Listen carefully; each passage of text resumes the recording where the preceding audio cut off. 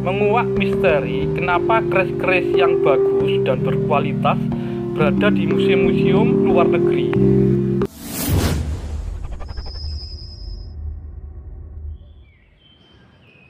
Rahayu, Rahayu, Rahayu. Ketemu lagi dengan saya, Teddy Wahyono, di channel tempat mengenal keris dan pusaka Nusantara lainnya dengan akal sehat dan hati terbuka. Nah, kali ini saya akan membahas ya, ini juga dari pertanyaan beberapa teman ya. Jadi, mengapa keris-keris yang ada di luar negeri, terutama kayak di Belanda, di Prancis, Inggris, Jerman, itu kerisnya rata-rata bagus-bagus ya. Sangat bagus malahan kualitasnya ya. Dan hal itu sebenarnya berhubungan dengan fungsi keris itu sendiri ya. Jadi bagi orang-orang di Nusantara itu seperti apa. Nah, nanti akan saya bahas ya. Mungkin banyak yang tidak tahu ya sebenarnya keris aslinya itu seperti apa. Sebelum saya bahas, buat teman-teman yang belum subscribe, silahkan subscribe dulu biar tidak ketinggalan informasi dari channel ini. Nah, sekarang kita akan bahas ya. Mungkin kalau teman-teman melihat kayak di YouTube, di berita-berita di Google, keris-keris yang ada di luar negeri itu kualitasnya bagus-bagus ya. Entah itu materi bahan, garap, itu sangat bagus. Kayak bahan pun kalau yang emas itu juga memang bagus-bagus ya. Nah, itu kenapa seperti itu ya? Nah, nanti sebenarnya akan sangat menarik kalau kita bahas ya. Nah, ini berhubungan sekali lagi dengan jadi fungsi keris itu sendiri ya, atau seperti apa sih keris itu bagi masyarakat Nusantara, terutama di Jawa ya. Nah, ini kita memang harus menelisik sejarahnya ya dari belakang ya.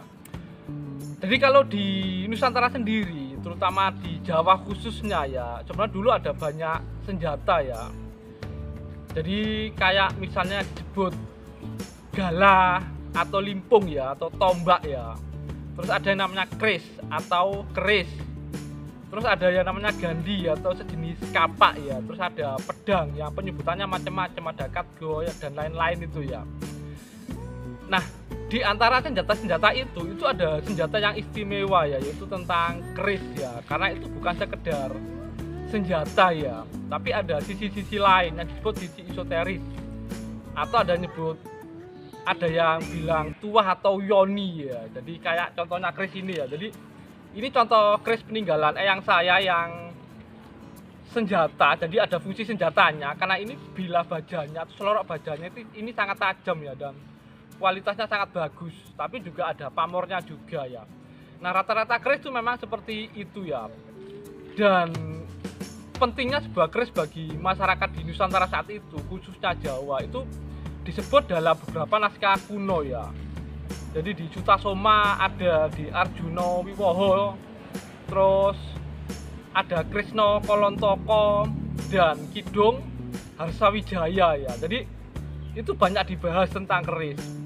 Kalau tentang yoni sendiri atau keris yang bertuah sendiri itu sangat lengkap di naskah Pararaton ya. Jadi di naskah itu terutama tentang keris yang dipesan Ken Arok dari Empu Gandring ya. Jadi konon saat itu sebelum pesan itu, jadi Ken Arok itu disarankan oleh salah seorang temannya yaitu Bango Samparan untuk pesan keris ke Empu Gandring, karena konon keris buatan Empu Gandring itu sangat bertuah. Karena memang Empu Gandring dikenal itu bisa memasukkan istilahnya tuah atau yoni ke dalam keris buatannya ya. Jadi seperti itu ya.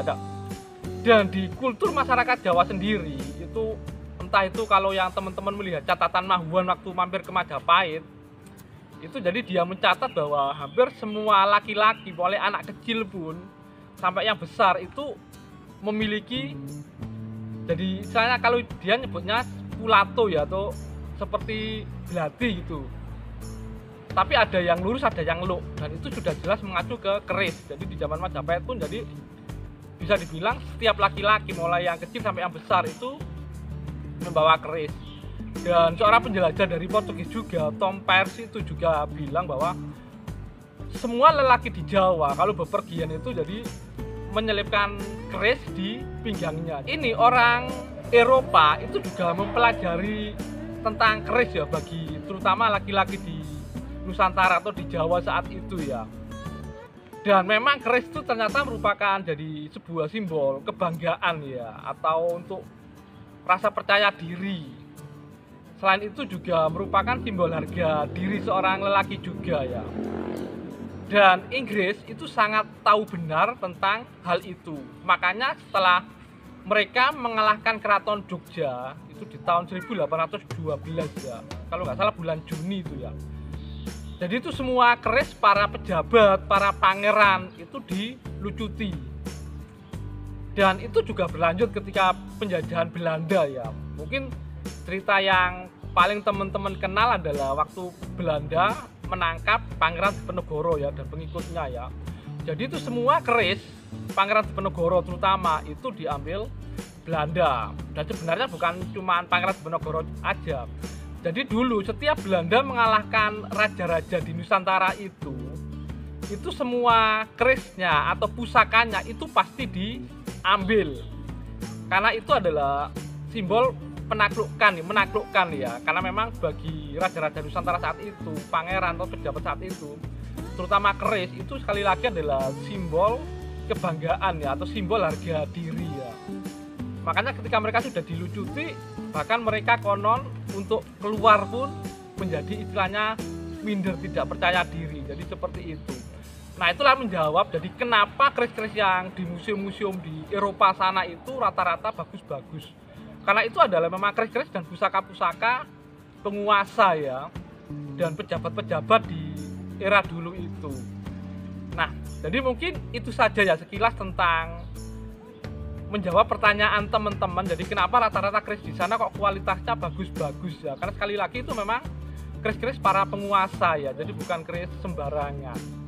Nah, sekian dulu dari saya. Semoga bermanfaat dan jangan lupa untuk like dan subscribe-nya.